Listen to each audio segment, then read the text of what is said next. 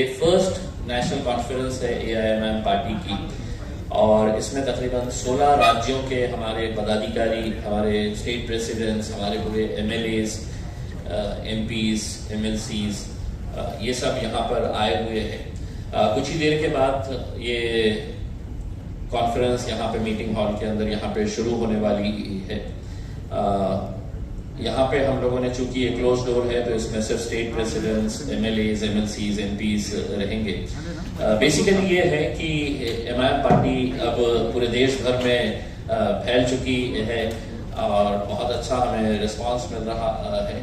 तो तमाम state presidents को हम बुला के, MLAs को बुलाकर अपने अपने राज्यों की रिपोर्ट क्या है, इश्यूज क्या है, हम कैसे वहां पर पार्टी को और स्ट्रेंथन कर सकते हैं, ऑर्गेनाइजेशन सेटअप और कैसा मजबूत कर सकते हैं। तो एक कलेक्टिवली जो देश का जो माहौल है उसके ऊपर भी चर्चा करने के लिए यहाँ पर सभी इकट्ठा हुए हैं। तो this is the basic purpose of this national conference.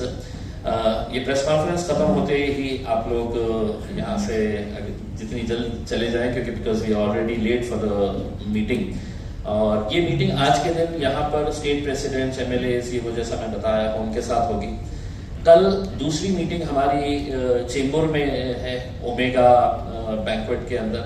वहाँ पर तकरीबन हमारे 1000 to 1200 हमारे जितने भी ऑफिस बेयरर्स हैं पूरे देश भर के। ऑफिस बेयरर्स मतलब डिस्ट्रिक्ट प्रेसिडेंट्स है, सिटी प्रेसिडेंट्स है, यूथ विंग है, वुमेन्स विंग है, हमारे कॉर्पोरेटर्स है, जिला परिषद के सदस्य है, नगर पंचायत के सदस्य है, ये देश भर से आए हुए हैं। तो ये एंट्री भी बड़ी रिस्ट्रिक्टेड हमने किए है, because everybody wanted to come, सब जने आना चाहते थे उसमें, लेकिन हमने आई कार्ड दिया हुआ है। तो क्योंकि हम इसके ऊपर एक गंभीर चर्चा करना चाहते हैं। साइमल्टेनियसली हमारी सोशल मीडिया की टीम जो है, वो सोशल मीडिया की टीम का हमारे पास एक वर्कशॉप साइमल्टेनियसली चलेगा।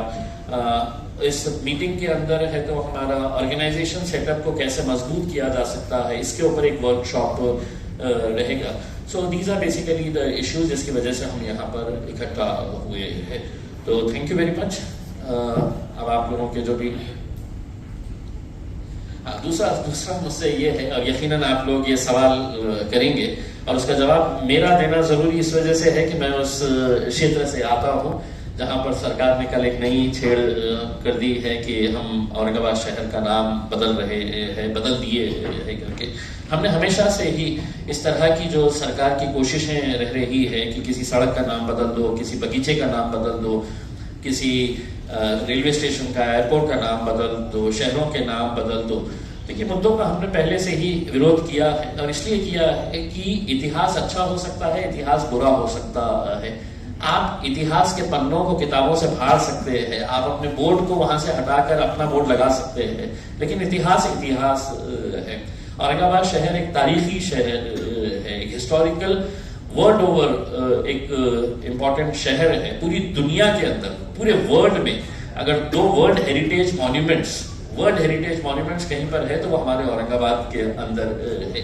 आप कितना कन्वीनियंटली है तो शहर का नाम बदल देते हैं, उसका रिपरकशंस, उसका इम्पैक्ट क्या होने वाला है, फाइनेंशियल इम्प्लीकेशन कितना होने वाला है। जो हमारे स्टूडेंट्स हजारों की संख्या के अंदर बाहर पढ़ने के लिए गए हैं, उनको अब कितनी दिक्कतों का सामना करना पड़ेगा, सारे डॉक्यूमेंट चेंज करने पड़ते हैं।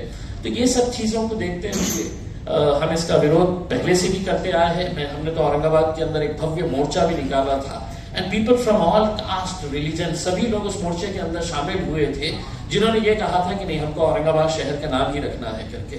आज सरकार के पास आंकड़े हैं, आज सरकार के पास नंबर्स है, हुकूमत है, तो एक तरीके से डिक्टेटरशिप हो गई है कि लोगों को कॉन्फिडेंस में लिए बिना, भाई मेरे शहर का फैसला मेरे शहर की जनता तय करेगी, ना कि मुंबई में बैठे हुए उद्धव ठाकरे साहब करेंगे, ना एकनाथ शिंदे साहब करेंगे, ना देवेंद्र फडणवीस साहब करेंगे। इसमें आप कम से कम आके हैं तो हमारी जनता से, औरंगाबाद में रहने वाले लोगों से, उनसे ये पूछिएगा। उसमें अब चूंकि नाम बदल चुके हैं आपने, तो मैं आपसे ये सवाल करना चाहूंगा कि आपने इस शहर के लिए, अब चूंकि इतने महान शख्सियत के नाम के ऊपर आपने ये किए हैं, तो कितने हजार करोड़ रुपए का पैकेज दे रहे हैं ताकि इस शहर को हम अंतर्राष्ट्रीय दर्जे का सबसे बेहतरीन शहर बना सके।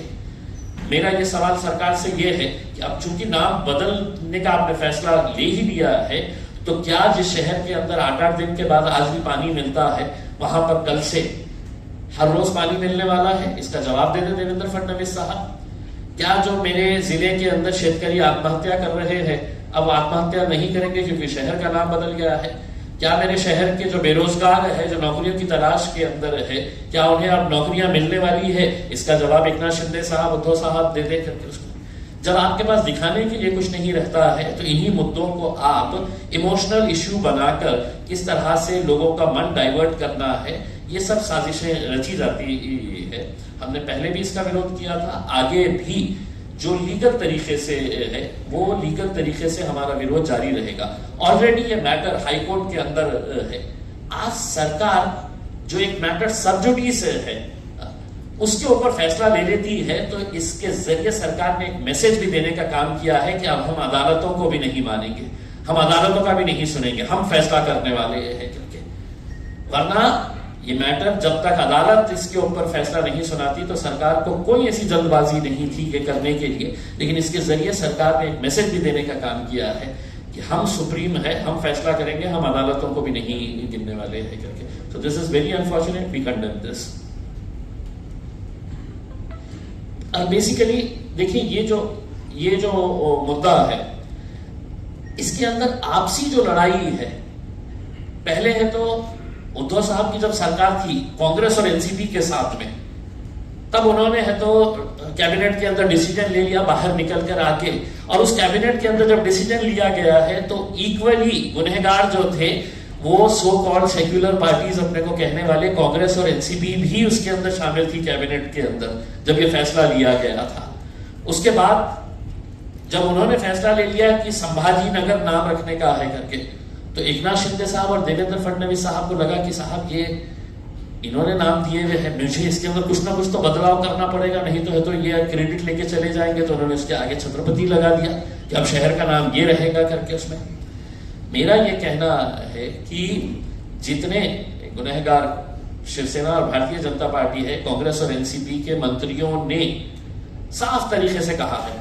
मैं आपको एनसीपी की शरद पवार साहब की जो मोहतरमा बेटी है, उन्होंने कुछ दिन पहले फ्लाइट में जा रहे थे तो उन्होंने है तो ट्विटर के ऊपर ये डाला था कि मैं संभाजी नगर से उड़ रही हूं करके। उसमें तो यानी कि आपका ये है कि कम से कम लोगों की भावना को आप समझते कि लोग क्या चाहते हैं करके, लेकिन आपकी राजनीति की वजह से आप ये जो फैसले कर रही है, मैं कड़ी निंदा करता हूं ये तमाम राजनीतिक पार्टियों की, कांग्रेस की, एनसीपी की, और मैं चाहूंगा कि उनके लीडर्स, जितने भी बड़े बड़े लीडर्स हैं, उन्होंने साफ शब्दों के अंदर ये कहना चाहिए, चाहे वो शरद पवार साहब हो, सुप्रिया सुले मैडम हो, अजित पवार दादा हो, कि अब ये फैसला लिया गया है, तुम इसका स्वागत करते हैं या इसका विरोध करते हैं।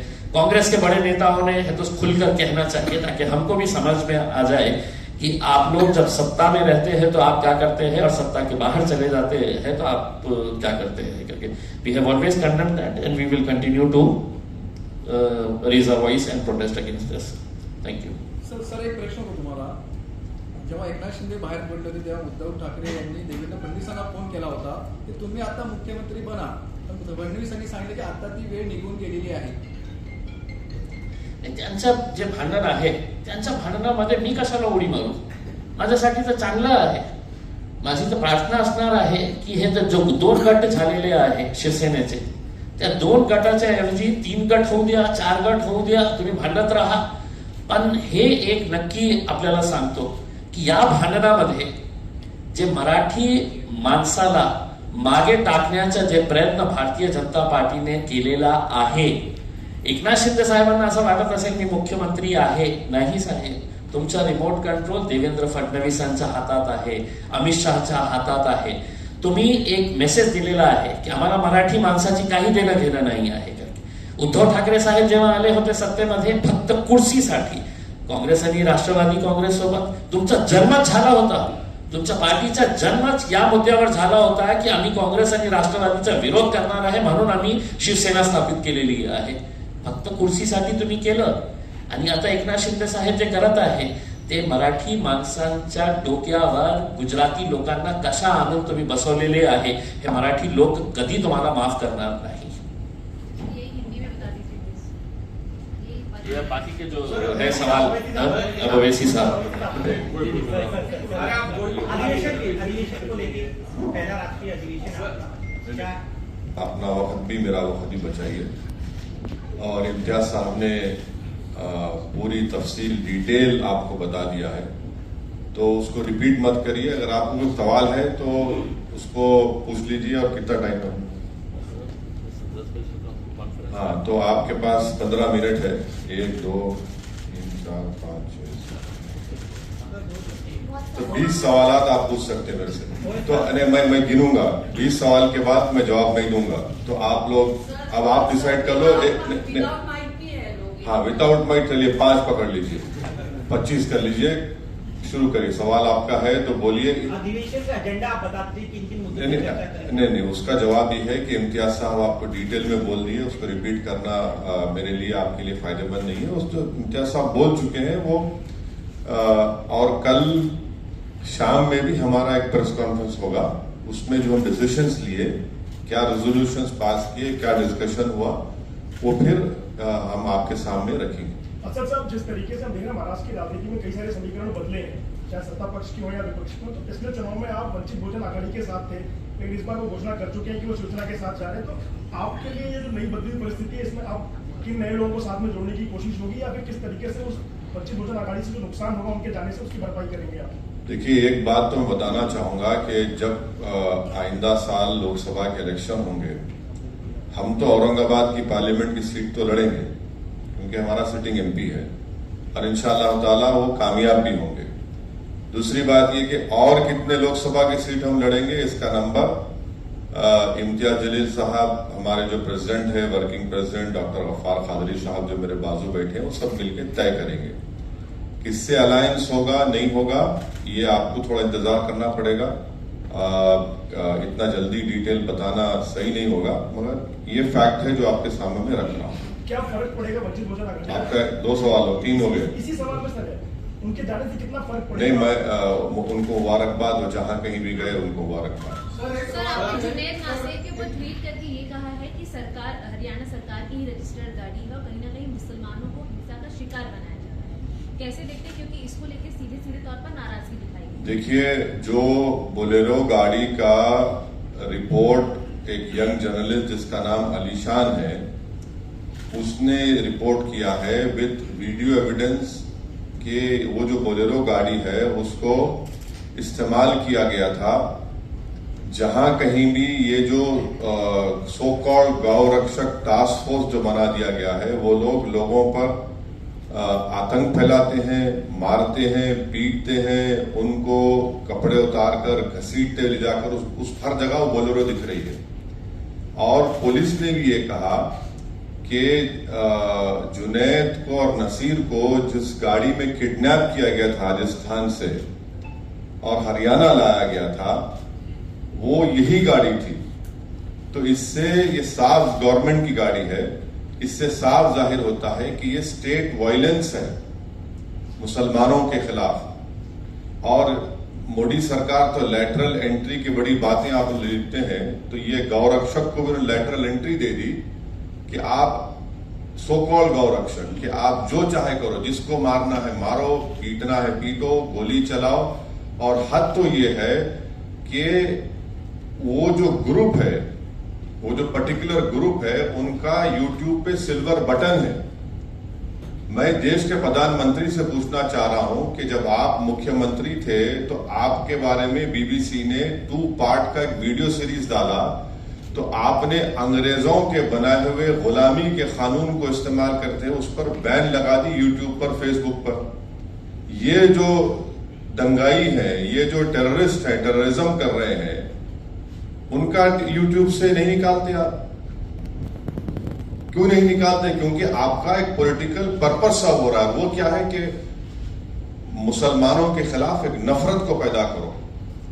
और बीजेपी और प्रधानमंत्री पसमानदा मुसलमानों की बात करती है। म्यो मुस्लिम क्या है बताओ? फिर ये म्यो मुस्लिम क्या है बताओ? जो आपके एस्पिरेशनल डिस्ट्रिक्ट प्रधानमंत्री ने बनाए, नंबर 1 बैकवर्ड डिस्ट्रिक्ट तो मेवात है। हर चीज से जो एसडीजी के इंडिकेटर्स है सबसे बैकवर्ड है इंडिया में। और जुनैद और नसीर का ये है कि राजस्थान की सरकार फौरन गोपालगढ़ की कंप्लेन जब दिया गया बॉर्डर को सील कर देती तो जुनैद नसीर जिंदा रहते। मौत हो गई मगर कोई नहीं जाते। कोई भारत जोड़ो पे पूरा भारत निकलता है और अलवर में एक रॉयल फैमिली की शादी में पूरे मौजूद, और अलवर से 1 घंटे के रास्ते पर घाटमिका है, कोई नहीं जाता वहां पर। और हद तो यह है कि उदयपुर में और एक और जगह पर एक ऐसी ही वायलेंस हुआ था जो कंडेमनेबल है। वहां पर सरकार ने 30-30 लाख रुपए 50 लाख रुपए गवर्नमेंट नौकरी दी। यहां पर बोल रहे हैं कि गवर्नमेंट के 3 स्कीम में 15 लाख देंगे।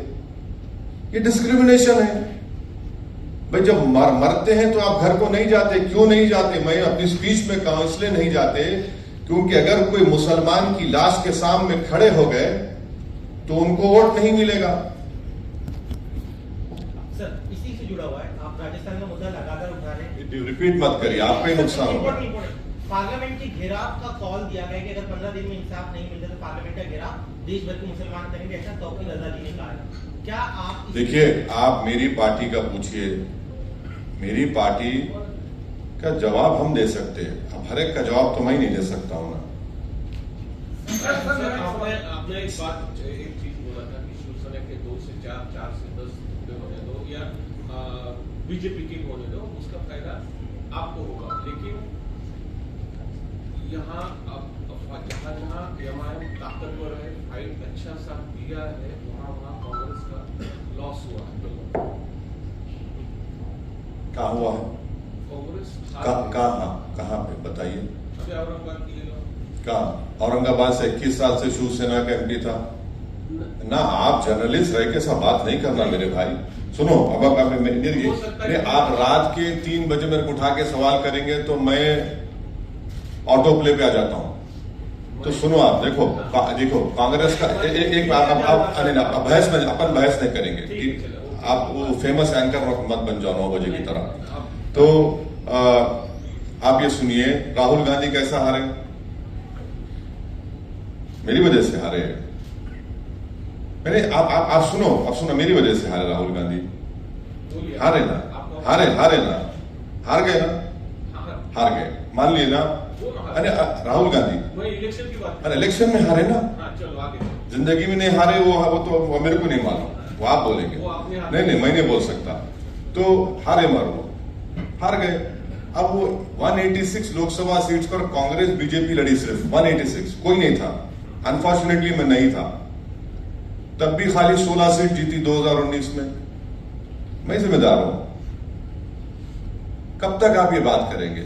हम लड़ेंगे और जो कोई भी वंचित समाज पे जुल्म करेगा लड़ेंगे, जीतेंगे, हराएंगे भी उनको। ये अब सुन लीजिए, ये डेमोक्रेसी है, कोई तानाशाही नहीं है। ये जो एंटाइटलमेंट की पॉलिटिक्स की बात करते हैं ना, उनको लगता है कि ये क्यों आ रहे हैं लोग। अरे भाई, वो राजा रजवाड़े खत्म हो चुके हैं। ये जमहूरियत है, लोकशाही है। आप मेरे को रोक नहीं सकते। हम लड़ेंगे। हमारा संविधान इस बात का अर्थ किया है। जहां कहीं भी हम लड़ रहे, यूपी की बात करते, कितने सीट कांग्रेस लड़ी यूपी में? बोलो भाई, 400। बीएसपी लड़ी 400। ये सवाल उनसे नहीं किया जाता। क्यों नहीं किया जाता भाई? क्योंकि उन मुसलमान नहीं है।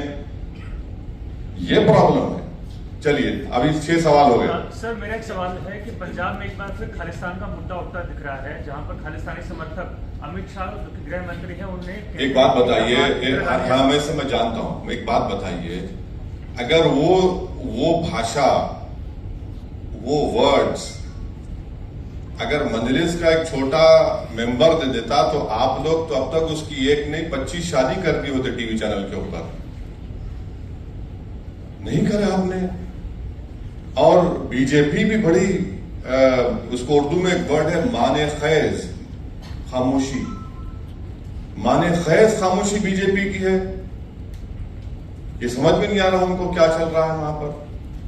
और तीसरा, कल आए थे ना छोटा रिचार्ज मुंबई में, उनसे पूछ लेते आप क्या हो रहा है। तो उनकी सरकार है, मेरी सरकार तो नहीं है ना। उनको भी पूछ लेते हैं। सर उनका तो ये कहना था, भगवत मान का ये कहना था कि पंजाब में लॉ एंड ऑर्डर मेंटेन है। हाँ बिल्कुल है, बिल्कुल है। क्या आप सरकार पे सवाल उठा रहे हैं? नहीं बिल्कुल है, मैं भी कह रहा हूँ बिल्कुल है, दिख रहा है ना हमारे को। थोड़ा बहुत हम उतने उनसे छोटा रिचार्ज की तरह उतना हमको दिमाग नहीं है, मगर थोड़ा तो दिख रहा है हमको क्या हो रहा है। इतना तो हम देखिए, MIM पार्टी तो इतना तो पॉलिटिकल सेंस है हमारे को, हम ये बोल सकते हैं कि बारिश कब होने वाली है।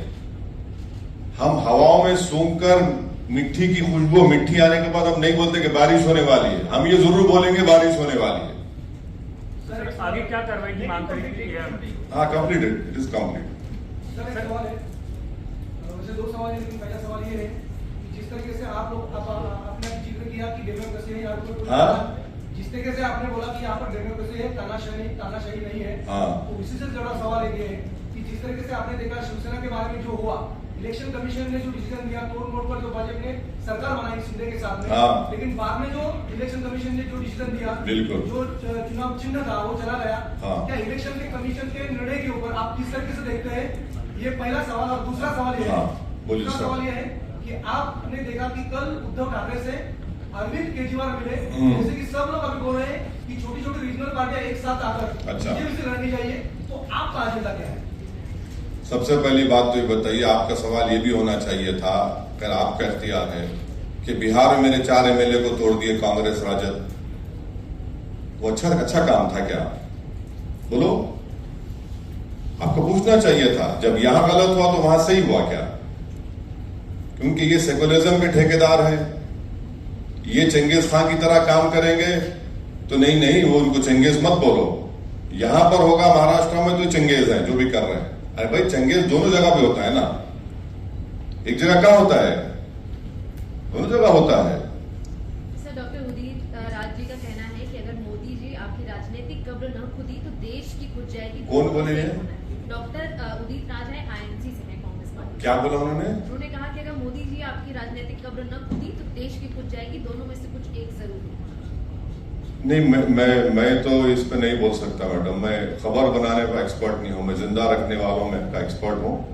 अब जिसकी खबर बनेगी उन्हें फूल चढ़ाएंगे, मैं नहीं बोल सकता इस बारे में। बात हो रही है,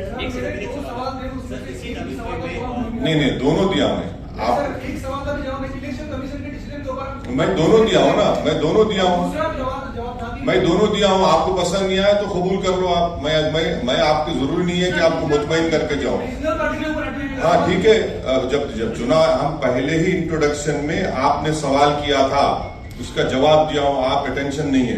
बोलिए। मेरा सवाल ये है कि लास्ट महीने भी और इस महीने भी वाशी में, जहाँ नवी मुंबई में सकल हिंदू समाज की एक मोर्चा होने वाली, लव जिहाद और गौ स्लॉटर कर लेंगे, सर इसके बारे में आपका क्या? ये उनको चाहते हैं लॉ महाराष्ट्र में जिले में ऐसा हाँ नहीं ये तो है ना।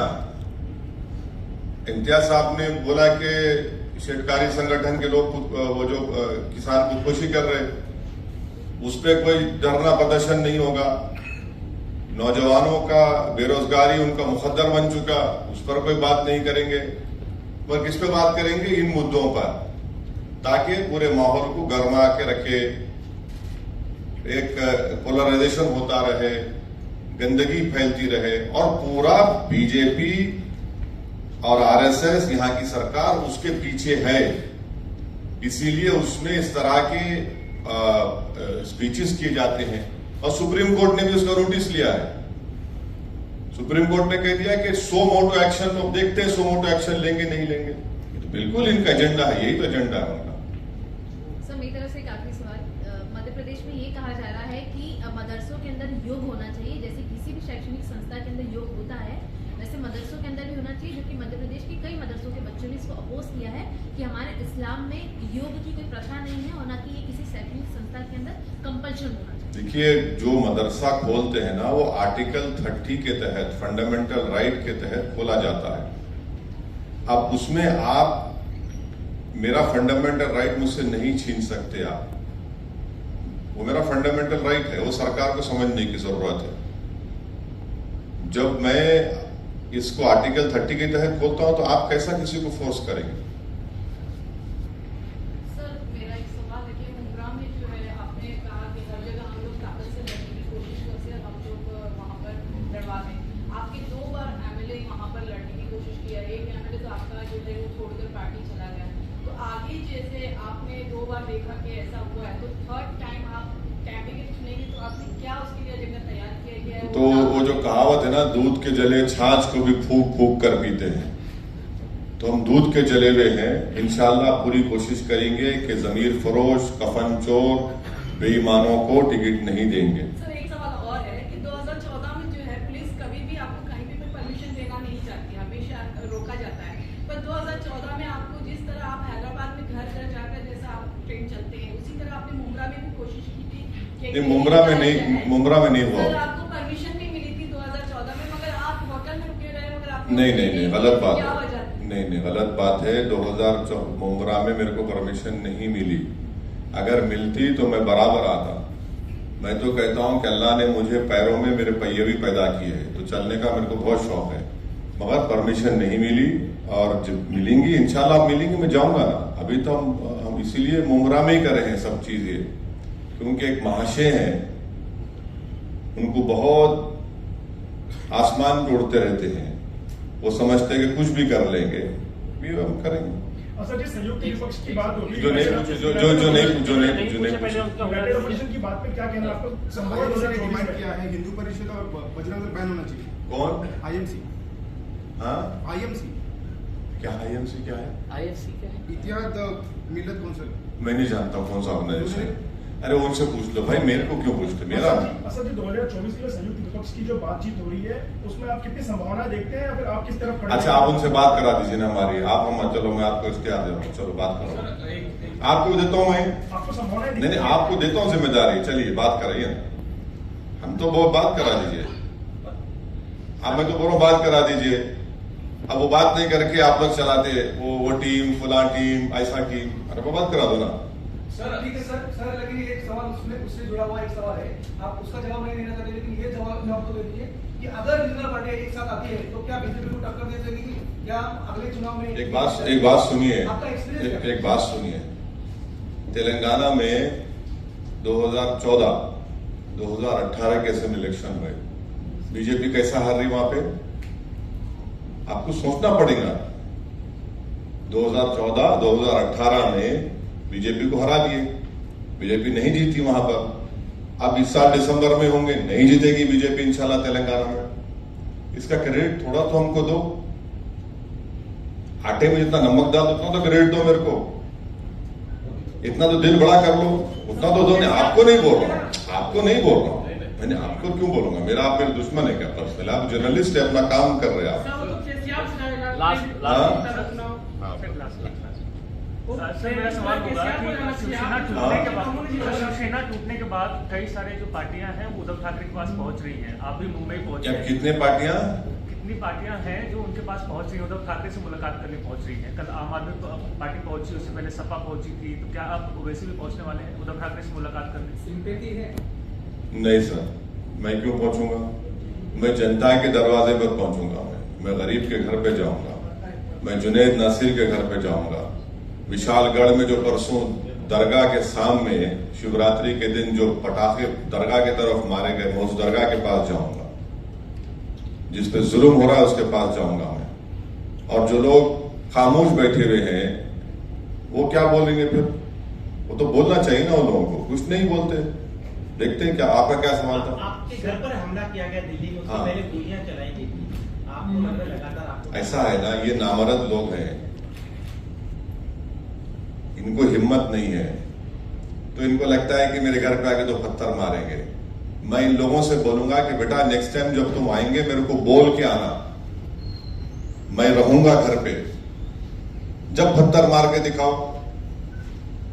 अरे क्या है ये?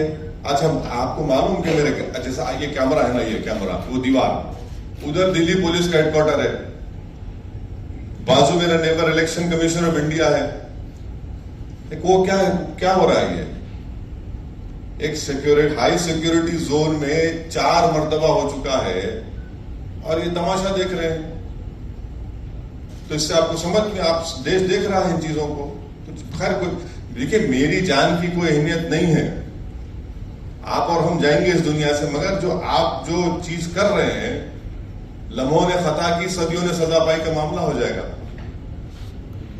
हो गया सर एक ही है नहीं बात नहीं सर लास्ट प्लीज अधिवेशन के बारे में आपके जो हो गया अधिवेशन का आपको बोल दिया ना शुरू में बोल दे अधिवेशन नहीं सर वो आप सुन लो चाहे तो जवाब दे दो नहीं कर दे सर उत्तर प्रदेश में मायावती ने एक अलग फंडा यूज किया कि गणेश नहीं हाथी है क्योंकि वो जो बीएसपी है एक टिपिकल समाज का पार्टी है ऐसा उसमें एक स्टैंप लगा था लेकिन जो उन्होंने एक नया फंडा इख्तियार किया कि हाथी नहीं गणेश है वो जीत गई अगर उसके बाद जो हुआ सो हुआ तो एमआईएम भी यहाँ पर या पूरे देश में कुछ ऐसा करने वाली है क्या सोचा नहीं बहुत कुछ सोचे हम अपने आपको क्यों बोलेंगे